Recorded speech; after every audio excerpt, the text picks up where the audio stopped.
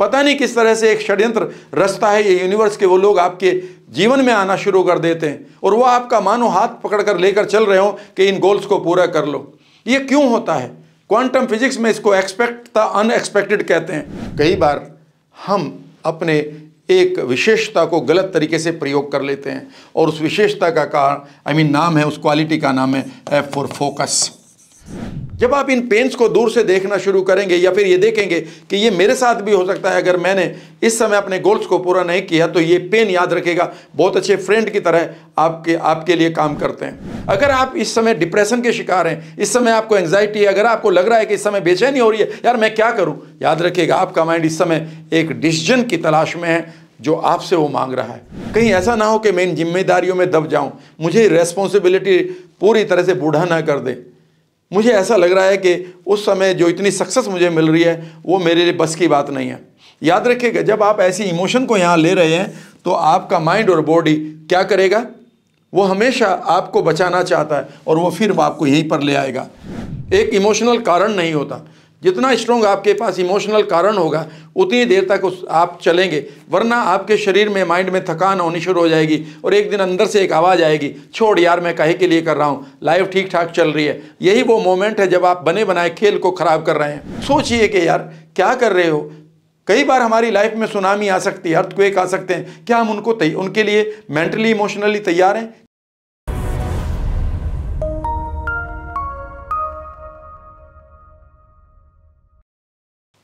Hello friends, एक बार फिर मैं आपका स्वागत करता हूं और इस वीडियो में आप बहुत सारे लोगों ने एक सवाल किया है कि 2025 में हम ऐसे कौन से गुण लाएं, ऐसे कौन सी क्वालिटीज़ अपने अंदर डेवलप करें कि हमारा 2025 बिल्कुल यूनिक हो जाए, बेटर हो जाए और हम अपनी लाइफ के एक नए लेवल पर भी पहुंच जाएं। इस वीडियो को जब मैं शुरू कर रहा हूं तो मैंने बहुत सारी चीज़ों को स्टडी किया, मैं बहुत पढ़ता रहता हूँ और बहुत क्लोजली मैं कुछ चीज़ों को आपके साथ शेयर कर रहा हूँ। मैं कोशिश करूंगा कि ऐसी और भी कई वीडियो आपके साथ शेयर करूं जल्दी, ताकि आप जब 2025 के अपने गोल्स को पूरा कर रहे हों तो इन सब सीक्रेट्स को अपने साथ रखें। लेकिन शुरू करने से पहले मैं आपके साथ एक चीज़ शेयर करना चाहता हूं, वो ये है कि मैं 2025 को और बेहतर तरीके से कैसे जिएँ, कैसे अपने आप को बेहतर तरीके से ऑर्गेनाइज करें, ट्रांसफॉर्म करें, अपने गोल्स को पूरा कैसे करें। तो मैं आपके लिए 2 दिन की वर्कशॉप लेकर आ रहा हूं, जिसका लिंक मैं डिस्क्रिप्शन बॉक्स में दे रहा हूं। ये वर्कशॉप बेसिकली 4 और 5 जनवरी को होगी। इसमें आप अपने खूबसूरत पोटेंशियल को, खूबसूरत गोल को अचीव करने के लिए प्रयोग करना सीखेंगे। एक दिन होगा इसमें कि कैसे आप गट और माइंड को अलाइन करके अपने पैसों को, रिश्तों को और अपनी सेहत को ठीक कर लें, और एक दिन होगा कि कैसे अपने गोल ट्रांसफॉर्मेशन मास्टरी को आप एंजॉय करें। क्या करें आप 2025 में ऐसी 7 चीज़ें जो आपको एक नए लेवल पर ले जाएं। अगर मैं इस वीडियो को शुरू कर रहा हूं तो मैं इंग्लिश अल्फ़ाबेट के 7th लेटर से शुरू करूंगा, जो शुरू होता है जी से। लेकिन जी से शुरू करने से पहले मैं आपके साथ एक छोटी सी स्टोरी को शेयर करूंगा। आपने कई लोगों ने इसको पढ़ा होगा। ये शायद 1952 की बात है कि एक लड़की जिसका नाम था फ्लोरेंस शेडविक, उन्होंने एक डिक्लेयर किया एक चैलेंज को कि मैं कैलिफोर्निया कोस्ट से एक पर्टिकुलर चैनल को पार करके दिखाऊंगी। पूरी दुनिया जानती थी कि ये 16 साल की लड़की इस काम को कर लेगी, क्योंकि उससे पहले उन्होंने इंग्लिश चैनल को ऊपर से नीचे और नीचे से ऊपर पार करके दिखाया हुआ था रिकॉर्ड टाइम में। कैमरे ऑन हो गए। 4 जुलाई का टाइम था कि शेडविक ने तैरना शुरू किया उस रिकॉर्ड को तोड़ने के लिए। पत्रकार वहाँ थे, उसके पीछे एक बोट थी, बोट में उसकी मदर और उसका कोच था, और शेडविक ने तैरना शुरू कर दिया। शेडविक बहुत अच्छा काम कर रही थी, ऊपर एक हेलीकॉप्टर था ताकि उसको कोई मछली तंग ना करे, कि अचानक शेडविक ने कहा कि मैं अब नहीं दौड़ पाऊंगी, मैं बाहर आ रही हूँ। पीछे उसका कोच चिल्लाया, उसकी मदर चिल्लाई कि तुम बहुत अच्छा काम कर रही हो, क्या परेशानी है, आप आगे बढ़ते रहो। कुछ देर कोशिश की और उसके बाद फ्लोरेंस शेडविक ने बाहर आने की ठान ली और उसने इस रिकॉर्ड को, यानी कि इस फीट को या इस आप कह सकते हैं प्रयास को बीच में ही रोक दिया। जब वो बाहर आई तो पत्रकारों ने उससे पूछा कि शेडविक क्या आपको ठंड लगी, पानी ठंडा था क्या? उन्होंने कहा नहीं, मुझे इसकी आदत है। क्या किसी मछली ने तंग किया? नहीं। क्या तुम्हें मोटिवेशन की कमी थी? उसने कहा नहीं, पीछे से मेरी मदर और मेरा कोच चिल्ला रहे थे कि आगे बढ़ते रहो। फिर तुमने क्यों रोका अपने आप को? शेडविक का जवाब चौंकाने वाला था। उसने कहा कि असलियत में मुझे जहाँ जाना था वो तट मुझे नहीं दिखाई दे रहा था, मुझे मेरा गोल नहीं दिखाई दे रहा था, क्योंकि उस दिन बेहद धुंध पड़ी थी एंड नथिंग वाज विजिबल। कहते हैं कि जब शेडविक ने तैरना छोड़ा, वो कुछ 100 मीटर पीछे थी अपना रिकॉर्ड बनाने से पहले।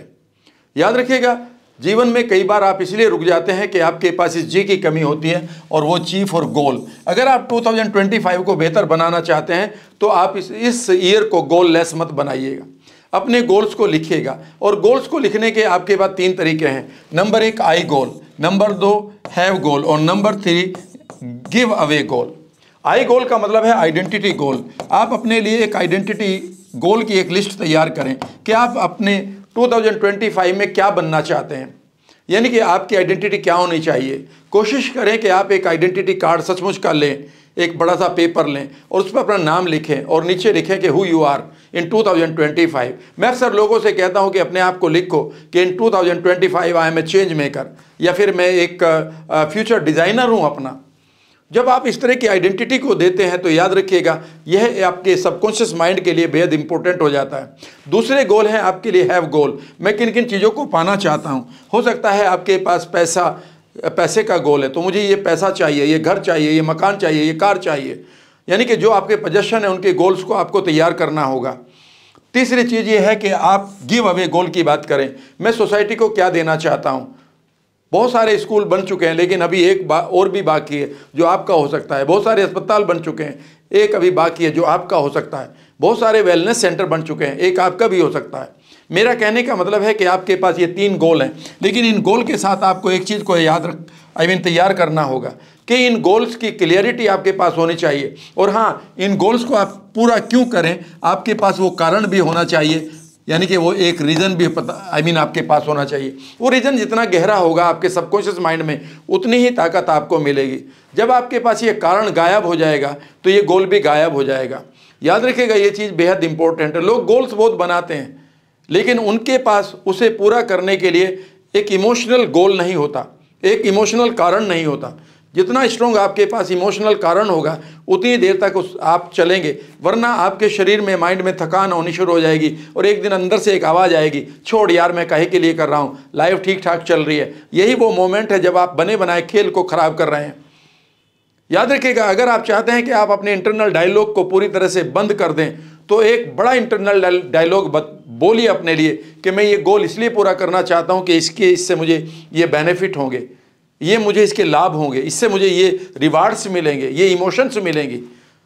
यह है आपका 7th लेटर, यानी कि 2025 में जब आप एंटर करें तो बड़े गोल्स के साथ करें।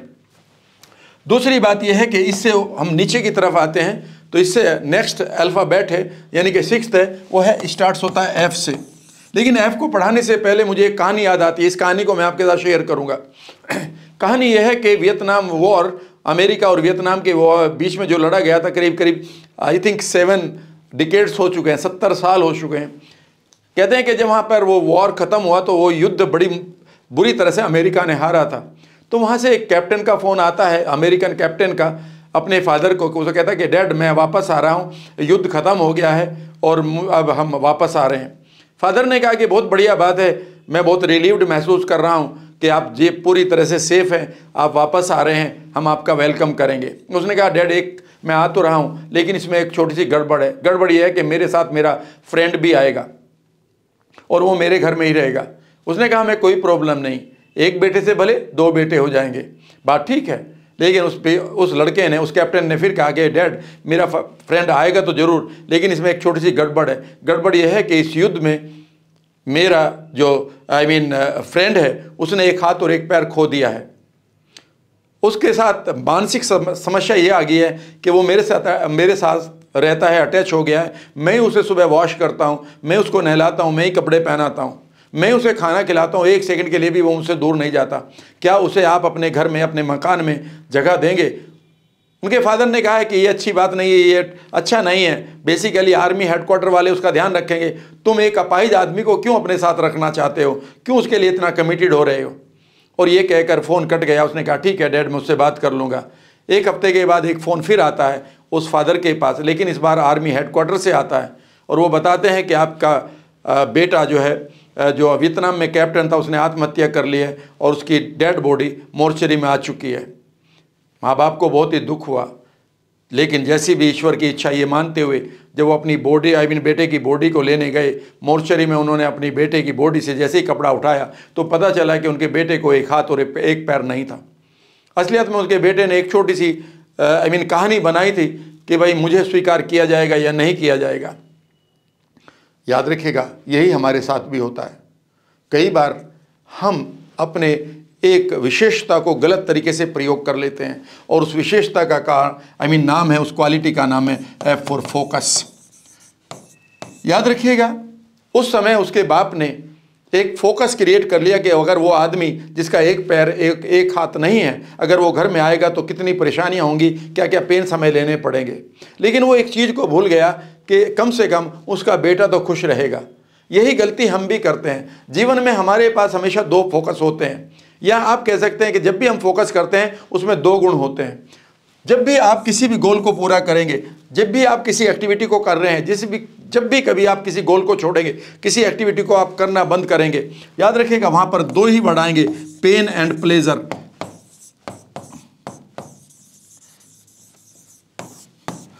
अगर आप अपने फोकस को बनाए रखना चाहते हैं तो हमेशा एक सवाल पूछें, अगर मैं इस गोल को पूरा कर लूँगा तो मेरे आने वाले प्लेजर्स क्या होंगे, रिवार्ड्स क्या होंगे। उन रिवार्ड्स को आप विजुअलाइज करना शुरू करें, उन रिवार्ड्स के साथ रहना शुरू करें। वो जब रिवार्ड्स के साथ आप विजुअलाइजेशन करते हुए उनके साथ कुछ समय बिताएंगे तो आपके अंदर एक फीलिंग क्रिएट होगी। ये वही फीलिंग है जो आपके जेनेटिक लेवल पर जाएगी, ये वही फीलिंग है जो आपकी सेल्यूलर लेवल पर जाकर आपको या आपकी सेल को नई प्रोटीन निकालने में आपकी हेल्प करेगी। आपके अंदर एक स्पेशल एक एनर्जी आएगी। साथ में आपको यह भी सोचना चाहिए कि अगर मैं आज अपने गोल्स के पीछे हट गया, मैंने अपने गोल्स को पूरा नहीं किया, मैंने अपने गोल्स को अगले साल पर छोड़ दिया या बीच में मैं रुक गया, तो मेरे आने वाले पेन क्या होंगे। और इन पेन को भी इसी तरह से इमोशनली देखो। याद रखिएगा, अगर मैं अपने सेहत को ठीक नहीं कर पाऊंगा तो सोचिए कि अगले 1 साल बाद, 2 साल बाद मेरी क्या हालत होगी। आप बहुत सारे लोगों को पिक्चराइज कर सकते हैं अपने माइंड में, जिन्होंने अपनी सेहत को ठीक नहीं किया, उनका एंड क्या हो रहा है। अगर उन्होंने, जब लोग पैसा नहीं कमाते, सोचिएगा कि उन लोगों को देखिएगा जिनके पास पैसा नहीं है, कैसे वो घर के द्वारा पूरी तरह से रिजेक्टेड हो जाते हैं, लोगों के द्वारा किस तरह से वो बीमार रहते हैं, कैसे वो डोनेशंस पर अपना काम चलाते हैं, कैसे वो मांग कर चीज़ों को करते हैं। जब आप इन पेन्स को दूर से देखना शुरू करेंगे या फिर ये देखेंगे कि ये मेरे साथ भी हो सकता है, अगर मैंने इस समय अपने गोल्स को पूरा नहीं किया, तो ये पेन, याद रखेगा, बहुत अच्छे फ्रेंड की तरह आपके लिए काम करते हैं। इसका मतलब ये नहीं कि आप इन पेन्स को इनवाइट कर रहे हैं, बल्कि आप ये कह रहे हैं कि ये पेन मेरे लिए एक थ्रेट की तरह है और हम हमेशा अपनी कार में एक्सेलरेशन भी रखते हैं और ब्रेक भी रखते हैं। याद रखिएगा, आप जब जीवन में आपके लिए ये पेन जो है आपको सिर्फ याद दिला रहे हैं कि आप किस तरह से जीवन में आगे बढ़ें, क्योंकि आपका रुकना आपके लिए बहुत सारे पेन्स को क्रिएट कर सकता है। जब आप अपने फोकस को बेहतर कर लें, इसके बाद आप तीसरे लेवल पर आइए या तीसरे पॉइंट पर आइए। और तीसरा पॉइंट है फ्रेंड्स, दैट स्टार्ट्स विद ई। लेकिन ई के साथ मैं आपके साथ जुड़ना चाहूँगा। मैं एक वीडियो में आपके साथ शेयर कर रहा था या करता रहता हूँ कि हमारे जो माइंड की जो लैंग्वेज है वह विजुअल्स हैं, इमेजेस हैं, साउंड्स हैं। जितनी खूबसूरत आप इमेजेस बना लेंगे अपने गोल्स की, तो आपका माइंड एक्टिवेटेड हो जाएगा। लेकिन ज़रूरी नहीं है कि आपके माइंड के एक्टिवेशन के बाद आप अपने प्रोक्रेस्टिनेशन को या डिले करने की आदत से बाहर आ जाएं। हो सकता है फिर भी आप अपने शरीर के अंदर एक तरह से कमजोरी को महसूस करें या फिर चीज़ों को कल पर टालें, क्योंकि अगर आपके माइंड ने गोल बना लिए तो ज़रूरी नहीं है कि बॉडी इमीडिएटली काम करना शुरू कर दे। तो बॉडी को भी आपको एक्टिवेट करना होगा, और बॉडी को एक्टिवेट करने के लिए जो ई वर्ड है वो है इमोशनल मास्टरी। इमोशनल मास्टरी, इसका मीनिंग यह है कि आपकी बॉडी की जो लैंग्वेज है वो आपकी इमोशन है। आप गोल के लिए कितना इमोशनल हैं उसको पूरा करने के लिए, वो लाइफ कितनी बढ़िया होगी अगर उस गोल को पूरा कर लें। तो यहाँ पर एक चीज़ को और भी देखना होगा, अगर जब भी आप बड़े गोल बनाएं तो आप इस लेवल पर, अगर आप हैं आज इस लेवल पर हैं, ये मैं कहूँगा लेवल नाउ, अगर ये पर है और आप कल जहाँ पर पहुँचना चाहते हैं लेवल नेक्स्ट ये है जहाँ पर बहुत सारे आपके पास रिवार्ड्स हैं, तो कहीं ऐसा तो नहीं कि इस जगह को आप जब विजुअलाइज करते हैं तो आपको डर लगता है। कई बार मैंने लोगों को देखा है कि जब वो कहते हैं कि मैं बड़े गोल्स को पूरा करना चाहता हूं, तो मैं अक्सर उनसे कहता हूं, मानो ये गोल पूरे हो गए, इस समय आपको कैसा लग रहा। तो कई बार लोग कहते हैं सर मुझे डर लग रहा, मुझे तो बहुत सारी रेस्पॉन्सिबिलिटी आएगी, कहीं ऐसा ना हो कि मैं इन जिम्मेदारियों में दब जाऊं, मुझे रेस्पॉन्सिबिलिटी पूरी तरह से बूढ़ा ना कर दे। मुझे ऐसा लग रहा है कि उस समय जो इतनी सक्सेस मुझे मिल रही है वो मेरे लिए बस की बात नहीं है। याद रखिएगा, जब आप ऐसी इमोशन को यहाँ ले रहे हैं तो आपका माइंड और बॉडी क्या करेगा, वो हमेशा आपको बचाना चाहता है और वो फिर आपको यहीं पर ले आएगा। और आप देखेंगे कि कई बार लोग मेहनत करते हैं, मेहनत करने के बाद वो नेक्स्ट लेवल पर आते हैं, फिर ऐसा कुछ करते हैं कि वो अपने सारे बने बने एम्पायर को, अपने बने बनाए साम्राज्य को बर्बाद करके एक बार फिर ज़ीरो पर आ जाते हैं। यह एक माइंड की बीमारी है और वो बीमारी का नाम है कि आपने अपनी इमोशंस की मास्टरी नहीं करी। इस जगह पर जब आप हैं, यहाँ पर आप एक पेन को महसूस करें, कि एक बेचैनी को महसूस करें कि मुझे यहाँ से इस लेवल को छोड़ना है, तभी तो आपके अंदर एक एस्केपिंग वेलोसिटी आएगी, यानी कि यहाँ से निकलने के लिए जो जंप मारना है वो वेलोसिटी आपके अंदर आएगी, वो गति आपके अंदर आएगी। प्रेजेंट आपके लिए हमेशा एक जंपिंग पैड की तरह होना चाहिए। जैसे एक डाइवर जो होता है, जो डाइव मारता है ओलंपिक्स में आपने देखा होगा, वो एक पैड के ऊपर पहले जंप करता है और जंप करके उछलता है और फिर वो डाइव मारता है। याद रखिएगा, आपका जो आज का लेवल है इस समय, वह एक जंपिंग पैड की तरह है जिसे आप यूज़ करके 2025 में एक नेक्स्ट लेवल पर जाएंगे। लेकिन आपको यहाँ पर दो चीज़ों को ध्यान रखना होगा। जब आप यहाँ पर जंप मार रहे हैं तो आपके पास गोल होना चाहिए कि मैं जंप मारकर एक बेहतरीन लेवल पर जाऊँगा। ऐसे नहीं कि मैं बेकार के ही जंप मारकर यहीं का यहीं रहूँगा। अगर वहीं आप जंप मारते रहेंगे तो कोई भी आपको स्टेडियम में देखने नहीं आएगा, बल्कि आपको डिस्क्वालीफाई कर लिया जाएगा। यानी कि आपको यहाँ पर जंप मारकर एक नए लेवल पर पहुँचना है। वो लेवल जो होगा, वहाँ पर आने वाले रिवार्ड्स को विजुअलाइज करना शुरू करें, उनके लिए एक खूबसूरत इमोशन बनाएं, उनकी आप एक तरह से वैक्यूम क्रिएट करें कि ये रिवार्ड मेरे लिए आ रहे हैं और मेरे अंदर इनको रखने की एक एम्प्टीनेस है। जब आप इस एम्प्टीनेस को तैयार कर लेते हैं तो यूनिवर्स इन रिवार्ड्स को यहाँ पर रख देता है और आप एक इमोशनल मास्टरी करने लगते हैं। याद रखिएगा, इसके बाद डी आता है और डी को समझाने के लिए याद रखिएगा, मैं आपके साथ एक कहानी शेयर कर रहा हूँ और ये कहानी है, समझ लीजिएगा, ये कहानी है 1950 के आसपास की। इस कहानी का नाम है 100th मंकी सिंड्रोम, 100वें बंदर का लक्षण। हाँ, एक चीज़ और भी, अगर अभी आपने ज्वाइन किया है तो इस कहानी से पहले मैं आपको बताना चाहता हूँ कि मैं 4 और 5 जनवरी को एक स्पेशल वर्कशॉप दे रहा हूँ। यह वर्कशॉप गोल मास्टरी का होगा एक दिन, और एक दिन होगा गट एंड माइंड कनेक्शन को रिचार्ज करने के लिए। यह आपकी सेहत को ठीक करेगा, पैसे को और आपकी क्वांटम मैनिफेस्टेशन को। लिंक मैं नीचे दे रहा हूं, अभी रजिस्टर कर लीजिएगा। यह आपके लिए एक यूनिक मौका होगा। एनीवे, जब मैं आपको डी फॉर डिसीजन की बात कर रहा हूं तो मैं आज आपको एक छोटी सी कहानी सुनाता हूं। यह कहानी जापान की 1950 की है। इसे हम 100th मंकी सिंड्रोम कहते हैं, कभी भी गूगल कर सकते हैं। एक टापू पर कुछ बंदर रहा करते थे। बंदरों के खाने के लिए फ्रेश फ्रूट अवेलेबल थे। टापू यानी कि आइलैंड बहुत छोटा सा था। बंदर अपने मंकीज़ अपने खाने को खाकर एंजॉय कर रहे थे लाइफ के। अचानक साइंटिस्ट और साइकोलॉजिस्ट ने एक छोटा सा एक्सपेरिमेंट किया। वो एक्सपेरिमेंट ये था कि अगर हम इन फलों को हटा लें, इन फ्रूट्स को हटा लें जो ये बंदर खाते हैं, तो देखते हैं इनका बिहेवियर क्या होगा। कैमरे फिट कर दिए गए और सभी फ्रूट्स को हटा लिया गया। अब बंदरों के पास खाने के लिए कुछ नहीं था। एक दिन की बात है कि एक दिन 2 दिन बीते। एक दिन एक मदर मंकी बहुत सारे अपने बच्चों के साथ बैठी हुई चिल्ला रही थी। सुबह का वक्त था, क्योंकि बच्चे भूखे थे, वो भी परेशान थे। अचानक एक बेबी मंकी उठता है, उसने ग्राउंड को खोदना शुरू किया और वहाँ से उसे पता चला कि वहाँ पर एक शकरकंद है, स्वीट पोटैटो। उसने उसे निकाला, लेकिन वो मिट्टी में सना हुआ था। याद रखिएगा, अब उनको ये नहीं पता था कि मिट्टी को कैसे हटाएं। वो बेबी मंकी एक पानी की धारा तक गया, उसने पानी में धोया, खाकर देखा तो पता चला कि इसको खाया जा सकता है। उसने सभी भाई बहनों को ट्रेंड किया और देखते देखते पूरे टापू में उन बंदरों ने उन शकरकंद को खाना शुरू कर दिया। आप ये कहेंगे इसमें क्या क्या खास बात है? यहीं पर ये एक्सपेरिमेंट बंद भी हो गया। जी हाँ, इसमें कोई खास बात नहीं थी, लेकिन एक खास बात थी कि इस टापू से दूसरा आइलैंड करीब करीब 700 मील दूर है और वहाँ बहुत सारे बंदर रहते हैं, एक्स जाति के, वाई जाति के, ए जाति के, बी जाति के। लेकिन और वहाँ पर सारे फ्रूट्स अवेलेबल है, और वहाँ पर शकरकंद भी पहले से थे, लेकिन अभी तक किसी बंदर ने कोई शकरकंद नहीं खाया था। लेकिन अचानक अगर मैं कहूँ कि ये वाई प्रजाति थी, तो यहाँ वाई प्रजाति के बंदरों में अचानक एक चीज़ पाई गई कि उन्होंने उस शकरकंद को खोदना शुरू किया, उसी तरह से ग्राउंड को वो पानी तक गए और शकरकंद खाना शुरू कर दिया, जबकि यहाँ से यहाँ तक जाने के लिए इनके पास कुछ भी साधन नहीं था। याद रखिएगा, जीवन में जब भी आप इस कला को समझना चाहते हैं तो आप लॉ ऑफ सक्सेस की पहले चैप्टर को पढ़िएगा, और इसका नाम है कलेक्टिव कॉन्शियसनेस।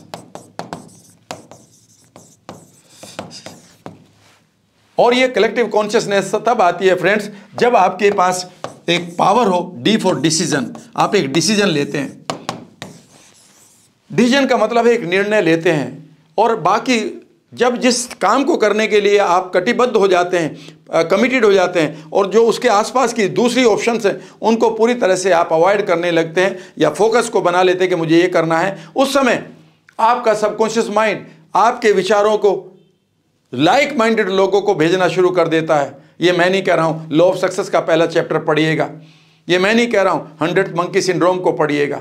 अगर आप अपने गोल को पूरा करने के लिए आपके पास एक कटिबद्धता, एक कमिटमेंट है, अगर आप चाहते हैं कि यस ये मेरा वाई है, ये मेरा कारण है कि मैं इस गोल को इसलिए पूरा करूंगा कि 2025 में मैं अपने परिवार को ये बढ़िया सी लाइफ दूं, जैसे ही आप इस डिसीजन को लेते हैं इमीडिएटली आपका थॉट आपका नहीं होता। मेरे मेंटोर कहा करते थे, वो या तो किसी आदमी से आपके पास आया या फिर ये किसी आदमी तक जाएगा। और जैसे ही आप एक डिसीजन लेते हैं तो याद रखिएगा आप यूनिवर्स को हिला देते हैं। यह आपका डिसीजन, यह आपका थॉट उन लोगों तक पहुंच जाता है जो लाइक माइंडेड हैं, समान विचारधारा के हैं। वो लोग जो आपको इस मिशन में आपकी हेल्प कर रहे होंगे उन तक आपका मैसेज पहुंच जाता है। पता नहीं किस तरह से एक षड्यंत्र रचता है ये यूनिवर्स के, वो लोग आपके जीवन में आना शुरू कर देते हैं और वो आपका मानो हाथ पकड़कर लेकर चल रहे हो कि इन गोल्स को पूरा कर लो। ये क्यों होता है? क्वांटम फिजिक्स में इसको एक्सपेक्ट द अनएक्सपेक्टेड कहते हैं। कभी कई बार आप हाउ में उलझ जाते हैं, ये नहीं हो सकता क्योंकि मेरे पास ये नहीं है, ये नहीं हो सकता क्योंकि मेरे पास ये नहीं है, ये होगा तभी तो ये होगा। लेकिन जब आप एक डिसीजन लेते हैं अपने गोल्स को पूरा करने के लिए, तो कई बार वो हाउ इस तरह से आता है कि मानो आपको पूरा यूनिवर्स एक आश्चर्य, एक सरप्राइज दे रहा हो। वो सरप्राइज कैसे आएगा आपको नहीं मालूम, किस तरह से आपको किसकी कॉल मिल जाए, किस जगह पर कोई आदमी ले जाकर आपको एक बड़ी अपॉर्चुनिटी में बैठा दे और आप उसके एकदम से मालिक बन जाए। इस पर यकीन करिएगा, यह क्वांटम फिजिक्स में पढ़ाया जाता है। इसके बारे में मैं किसी और वीडियो में बात करूंगा। तो डिसीजन लीजिएगा। याद रखिएगा, जब भी आप डिसीजन लेते हैं तो दो ही काम करते हैं, एक लाइक माइंडेड लोगों को आप अट्रैक्ट करते हैं और दूसरा एक और करते हैं, आप इंटरनल सुकून को जीना शुरू कर देते हैं, आंतरिक राहत आपको मिलती है। अगर आप इस समय डिप्रेशन के शिकार हैं, इस समय आपको एंजाइटी है, अगर आपको लग रहा है कि इस समय बेचैनी हो रही है, यार मैं क्या करूं, याद रखिएगा आपका माइंड इस समय एक डिसीजन की तलाश में है जो आपसे वो मांग रहा है। जैसे ही आप डिसीजन लेंगे, याद रखिएगा आपके अंदर एकदम से रिलीफ मिलेगा, या I have taken a decision करके देख लीजिएगा। याद रखिएगा वो डिसीजन इस तरह से आप मैनिपुलेट करें या इस तरह से डिजाइन करें कि वो आपके गोल्स की तरफ आपको ले जाने के लिए प्रेरणा दे, ना कि आपको डिटूर कर दे, पथ भ्रष्ट कर दे। उसके बाद इसके बाद अगला वर्ड आता है, वो सी से शुरू होता है। इससे पहले कि मैं सी की बात बताऊं या वो उस वर्ड को बताऊं, मैं आपसे एक सवाल पूछता हूं। मान लेते एक पेपर है, 8 पेपर है, ठीक है ना, A4 का, A3 का। अगर आप इसे ये एक 1/32 इंच का होता है, 1/32 इंच की इसकी मोटाई होती है। अगर आपने इसको डबल कर दिया तो ये कितना होगा, 2/32, ठीक है ना, इसका मतलब 1/16। एक बार उसे और डबल कर दें तो ये कितना होगा, डबल करने के बाद 1/16 था ये, हाँ, अब ये हो जाएगा 1/8। इसे एक बार और डबल करें तो कितना हो जाएगा, 1/4। एक बार और डबल करें 1/2, और एक बार और डबल करें 1 इंच। तो 1 2 3 4 पांचवें स्टेप में 1/32 इंच का कागज 5वें स्टेप में 1 इंच का हो जाएगा। ये सिंपल मैथमेटिक्स है, अगर आप उसे डबल करते रहें। मेरा अगला सवाल है, इसे मैं कितनी बार ऐसे ही डबल करता रहूं कि ये इतना मोटा हो जाए कि ये पृथ्वी से चांद को छू ले, जिसकी दूरी है यहाँ से 2,73,730 मील। पता है कितनी बार? सिर्फ 39 बार। और अगर 11 बार और कर दूं, यानी कि टोटल बार कर दूं, तो ऑलमोस्ट 1180 बार यह चांद को छू लेगा। और यहां से एक वर्ड आता है, C for power of compounding. What do you mean by compounding? आप जीवन में कंपाउंडिंग ग्रोथ करें। इसका सिंपली मीनिंग है, ये है कि जितने तुम कल से अब तक बढ़ चुके हो उसके ऊपर आप कोई ना कोई ग्रोथ करें, ठीक है ना। और जैसे ग्रोथ कर लें, जितना कल आप बढ़ चुके हैं अब वो आपके लिए बेस हो गया बाकी लाइफ के लिए। अब उसके ऊपर क्या ग्रोथ करें अगले दिन के लिए, और अगले दिन बेसिकली वो आपका बेस हो गया। और इस तरह से आप अपनी लाइफ को हर रोज बेहतर लेवल पर ले जाने की बात करें। जीवन में या तो आप आगे बढ़ते हैं या सड़ते हैं, इधर यू ग्रो और यू डिके। इसलिए आपकी जिम्मेदारी है कि आप हर रोज अपनी ग्रोथ के ऊपर ग्रोथ लेना शुरू करें, ग्रोथ के ऊपर ग्रोथ लेना शुरू करें, और तभी आप पाएंगे कि आप सूरज पृथ्वी से चांद की दूरी को इजीली तय कर रहे होंगे। यानी कि जीवन में जो ऊंचाइयां आप चाहते हैं उनको जल्दी से आप पूरा कर रहे होंगे, क्योंकि ज़्यादा एफर्ट नहीं करना है, बशर्ते कि आप रोज अपने आप को डेवलप करें। आपके पास 5 बड़े एरिया हैं, उन 5 एरिया में आपको चाहिए कि हर एरिया पर आपका फोकस रहे। कई बार लोग क्या करते हैं कि आपके पास 5 एरिया जीवन के, पर एक एरिया को बड़ा कर लिया। यह याद रखिएगा, ये ग्रोथ नहीं है। अगर मैं कहूं कि मैंने अपने हाथ को बहुत लंबा कर लिया और मेरा दाहिना हाथ राइट हैंड बहुत लंबा हो गया और अब मैं किसी के पेड़ से फल तोड़ सकता हूं, तो मैं इसको क्या ग्रोथ कहूंगा? नहीं, ये तो कार्टून बन गया। बेसिकली कैंसर यही होता है कि जो अनवांटेड ग्रोथ है। सही बात तो यह है कि आपके पास 5 एरिया हैं, 5 एरिया में आप ग्रोथ लें। एक है आपके पास फिजिकल हेल्थ। अपनी फिजिकल हेल्थ को रोज़ बढ़िया करें, बढ़िया खाना खाएं। आपकी बॉडी को फिजिकल हेल्थ के लिए बेहतर एक्सरसाइज चाहिए, बेहतर ब्रीदिंग चाहिए और बेहतर रेस्ट चाहिए। दूसरा आपके पास है सोशल लाइफ। अपने सामाजिक रिश्तों को बढ़िया करें, समाज में अपना इम्पैक्ट छोड़ें, समाज में लोगों को अपना रास्ता दिखाने के लिए एक खूबसूरत आइडेंटिटी को बनाएं। समाज में बहुत सारे ऐसे लोग हैं जो आपको रोल मॉडल मानते हैं, उनके रोल मॉडल बने। उसके बाद तीसरी लाइफ है आपकी फाइनेंशियल लाइफ। रोज अपने पैसे को बढ़ाने की बात करें। चौथी है आपके पास मेंटल एंड इमोशनल वेलबींग। छोटी सी कई बार घटना लोगों को डिप्रेशन का शिकार कर देती है। मैंने ऐसे बहुत सारे लोगों को देखा कि उनके जीवन में एक ट्रॉमा आया और बस वो डिप्रेशन या एडिक्शन के शिकार हो गए। सोचिए कि यार क्या कर रहे हो। कई बार हमारी लाइफ में सुनामी आ सकती है, अर्थक्वेक आ सकते हैं। क्या हम उनके लिए मेंटली इमोशनली तैयार हैं? कई बार होते ही नहीं। हम स्कूल में सिर्फ ये चीज़ सीखने जाते हैं कि फिजिक्स कैसे, मैथमेटिक्स कैसे या केमिस्ट्री कैसे पढ़ाई जा रही है। असलियत में जीवन के जो रूल हैं वो ये सीखने को हमें चाहिए कि कभी भी हमारे पास कोई अनवांटेड इवेंट आ सकती है और आती रहेगी। तो क्या हमने अपने आप को मेंटली और इमोशनली स्ट्रॉन्ग करने के लिए उन ऑटोबायोग्राफीज़ को, उन टेक्निक्स को सीखा हुआ है जिसके द्वारा हम अपने न्यूरॉन्स को एक बार फिर प्रोग्राम कर सकते हैं? अगर आप चाहते हैं तो ऐसी बहुत सारी टेक्निक्स अवेलेबल हैं। न्यूरो लिंग्विस्टिक प्रोग्रामिंग NLP है, न्यूरोप्लास्टिसिटी है, हार्ट कोहेरेंस है, हिप्नोसिस है, फ्रंटल लोब एक्टिवेशन है, साइको न्यूरो इम्यूनोलॉजी है, एपिजेनेटिक्स है। आप किसी एक अच्छे ट्रेनर को, एक अच्छे कोच को मिले तो सही, वह आपके जीवन को पूरी तरह से आपके माइंड को प्रोग्राम करके एक नए लेवल पर ले जाएगा। और 5वीं लाइफ है आपके पास जहां पर आपको कंपाउंडिंगली ग्रोथ देनी है, वह है आपके रिलेशनशिप। कैसे आप रिलेट करें खुद के साथ, कैसे रिलेट करें अपनी इमेजेस के साथ जो आपके पास पड़ी है, कैसे रिलेट करें आपके पास जो नेगेटिव या पॉजिटिव थॉट चल रहे हैं, कैसे रिलेट करें अपनी सराउंडिंग के पास, कैसे रिलेट करें अपने गोल्स के साथ, कैसे रिलेट करें अपने पास्ट के साथ कि वो पास्ट नहीं बल्कि पाठशाला है, कैसे रिलेट करें अपने फ्यूचर के साथ कि फ्यूचर नहीं वो तो एक गोल्डन हाईवे है, कैसे रिलेट करें आप आसपास के लोगों के साथ, कैसे रिलेट करें अपनी एनर्जी के साथ।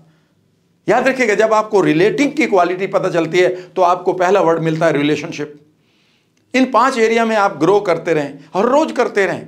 आपके पास अच्छे मेंटोर होने चाहिए, अच्छी किताबें होनी चाहिए, अच्छी वर्कशॉप होनी चाहिए। वर्कशॉप के नाम पर मैं एक बार फिर याद दिलाना चाहता हूँ, डिस्क्रिप्शन बॉक्स में 2 दिन की मैं आपके लिए स्पेशल वर्कशॉप लेकर आ रहा हूँ। माइंड एट गट कनेक्शन, कैसे माइंड को और गट को कनेक्ट करके आप अपने लाइफ के मैनिफेस्टेशंस को पूरा करें और हील भी करें। और एक होगा गोल ट्रांसफॉर्मेशन मास्टरी डे, कि कैसे आप अपने गोल्स को खुद को ट्रांसफॉर्म करते हुए पूरा करें 2025 में। लिंक नीचे दिया गया है, अभी रजिस्टर कर लीजिएगा। लिंक नीचे दिया गया है, अभी रजिस्टर कर लीजिएगा। और इसके बाद हमारा अगला वर्ड आता है B, and B stands for belief. Belief का मतलब है कि आप अपने अंदर उन इमेजेस को लेकर आएँ, उन थॉट्स को लेकर आएँ जो आपके लिए काम कर रहे हो। कई बार हमारे पास पुराने बिलीफ्स पड़े होते हैं जो दुनिया ने हमें दिए। पैसा बेकार की चीज़ है, दवाइयाँ काम नहीं करती जी, बीमारियाँ ठीक नहीं होती, रिश्ते जी का जंजाल है। इन आवाज़ों को कभी भी आप डिलीट कर सकते हैं। अगर ये डिलीट नहीं भी करें तो लेकिन अच्छी आवाज़ों को आप इम्प्लांट करना सीखें। यहाँ पर आप खूबसूरत ऑटो सजेशन बार बार करें, उन ऑटो सजेशन को बार बार पूरी बॉडी में सुने, उनको रेजोनेंस के साथ एंजॉय करें, उनके वॉल्यूम को बढ़ाएं और धीरे धीरे वैसा ही इमेजिन करना शुरू करें। जैसे ही आप अपनी इन खूबसूरत अफर्मेशंस को एंजॉय करना शुरू कर देंगे तो आपके अंदर एक नई रियलिटी बन जाएगी, नई बिलीफ्स की। और जब इतना काम कर लें तो अब लास्ट स्टेप है 2025 में यूनिक सुपर ह्यूमन बनने का, और ए लास्ट वर्ड है ए, और ए स्टैंड्स फॉर एक्शन। और आप एक्शन लेना शुरू करें। याद रखिएगा, एक्शन लेने का एक बहुत बढ़िया तरीका है। जब भी आप बड़ा एक्शन लेंगे तो कई बार आपका माइंड आप डर सकता है, कई बार आपका माइंड उसमें एक्सक्यूजेज बना सकता है। तो मैं आज आपको एक छोटा सा तरीका बता रहा हूँ। जो भी आप गोल पूरा करना चाहते हैं उन्हें बहुत स्मॉल एक्शन में तोड़ें, और स्मॉल एक्शंस इतने छोटे होने चाहिए कि जो आप इजीली बगैर किसी वरी के, बगैर किसी चिंता के, बगैर किसी बड़े मोटिवेशन के उस एक्शन को पूरा कर लें। छोटा सा एक्शन हो सकता है, और जैसे उस एक्शन को आप पूरा करेंगे तो अपने आप को रिवार्ड दें। वाह, I have done it. Imagine करें कि आप एक कदम आगे पहुंच चुके हैं और नज़दीक आ चुके हैं एक कदम अपने गोल के। फिर अगला एक्शन क्या है, उसको भी इतना छोटे से चंक में तोड़ें, इतने छोटे से टुकड़े में तोड़ें कि आप उसे इजीली पूरा कर रहे हैं। फिर अगले में अगला चंक तैयार करें, अगला चंक तैयार करें, और इस तरह से आप पाएंगे कि 4 चंक में एक बड़ा एक्शन तैयार हो गया या पूरा हो गया। लेकिन अगर एक बार में उसे सोचेंगे तो वो कभी पूरा नहीं होगा, डर जाएगा आपका माइंड। कई बार आपने बच्चों को देखा होगा पढ़ते हुए, वो बच्चे कहते हैं मैं 3 पेज का आंसर है, कैसे याद करूं। मैं अक्सर उनसे कहता हूं ये 3 पेज का आंसर नहीं है, पहली लाइन क्या है याद कर लो, लिख कर देख लो, लिख लिया। अब दूसरी लाइन क्या है, ये है, इसे इसे विजुअलाइज करो। अब पहला सेंटेंस और दूसरा सेंटेंस दोनों को जरा लिखो। अब तीसरा सेंटेंस क्या है, और वो अक्सर कहते हैं ऐसे तो एक बार में ही याद हो जाएगा। वही तो मैं कह रहा हूं। जीवन में याद रखिएगा, हमारा सबकॉन्शियस माइंड हमेशा बड़े चंक से डर जाता है और नए बहाने बना लेता है, लेकिन छोटे चंक को वो पूरा करने के लिए कहता है अरे ये तो मैं कर लूंगा। और यहां पर एक चीज याद रखिएगा, अगर आप अपने आप को एक यूनिक इंसान बनाना चाहते हैं तो वो ये है कि अगर आप 2025 में किसी भी गोल को पूरा करना चाहते हैं तो उस एक्शन को हमेशा छोटे चंक्स में तोड़ें, स्मॉल पार्ट्स में तोड़ें जो इजीली अचीवेबल हो। और याद रखिएगा, एक कमिट करें कि मैं इतने एक्शन जरूर लूंगा, इतने पार्ट को पूरा जरूर करूंगा, ये स्टेप जरूर उठाऊंगा। और यहाँ पर आपको एक ही चीज़ करनी है, और वो रूल है कमिट स्मॉल, कि आप हमेशा कमिटमेंट करें छोटा, कमिट स्मॉल। लेकिन कमाल की बात है कि आपको ऑनरफुल्ली करना होगा। हम इसका उल्टा करते हैं, हम कहते हैं कि कल से मैं 5 किलोमीटर दौड़ूंगा। अरे भाई, तू चलना तो तुझे बढ़िया आता नहीं, जॉगिंग तो तूने अभी करी नहीं, वॉकिंग में तुझे डर लगता है, और तू कल 5 किलोमीटर दौड़ेगा तो ये हो ही नहीं सकता। लेकिन तू कल 50 मीटर वॉक तो कर सकता है, और वॉक करने के बाद तो आराम कर लेना। अगले दिन 50 मीटर को जॉग करना शुरू कर देना, जॉगिंग कर देना, फिर 60 मीटर कर देना, और धीरे धीरे आपका माइंड जो भी तुम कमिट कर रहे हो, यद्यपि वो स्मॉल है लेकिन आपका माइंड उसे पूरा कर रहा है, तो आपके माइंड का एक गुण हो जाएगा, एक क्वालिटी हो जाएगी कि जो भी आप शुरू करते हैं उसे पूरा कर लेते हैं। याद रखिएगा, यह सबसे बढ़िया गुण है अपने किसी भी गोल को पूरा करने के लिए। अगर आप चाहते हैं कि 2025 में आप आगे बढ़ें तो आप गोल बनाइए, फोकस को अच्छा रखिए, ई फॉर इमोशनल मास्टरी करिए, डी फॉर डिसीजन लीजिए, सी फॉर कंपाउंडिंग ग्रोथ लीजिएगा, बी फॉर अच्छे बिलीफ बनाते रहिएगा, और ए फॉर एक्शन लीजिएगा। और इसमें अगर आप चाहते हैं कि आप अपने माइंड को बढ़िया तरीके से प्रोग्राम कर लें तो डिस्क्रिप्शन बॉक्स में जाइए, मेरे 2 दिन की वर्कशॉप को अभी इसी वक्त रजिस्टर कर लें। सीट्स लिमिटेड हैं, फिर मत कहना कि सीट नहीं अवेलेबल हुई। ज़रूर आप उसमें रजिस्टर करें और अपने 2025 को एक बेहतर मास्टरपीस ईयर बनाएं। अपना ध्यान रखिएगा। Thank you very much.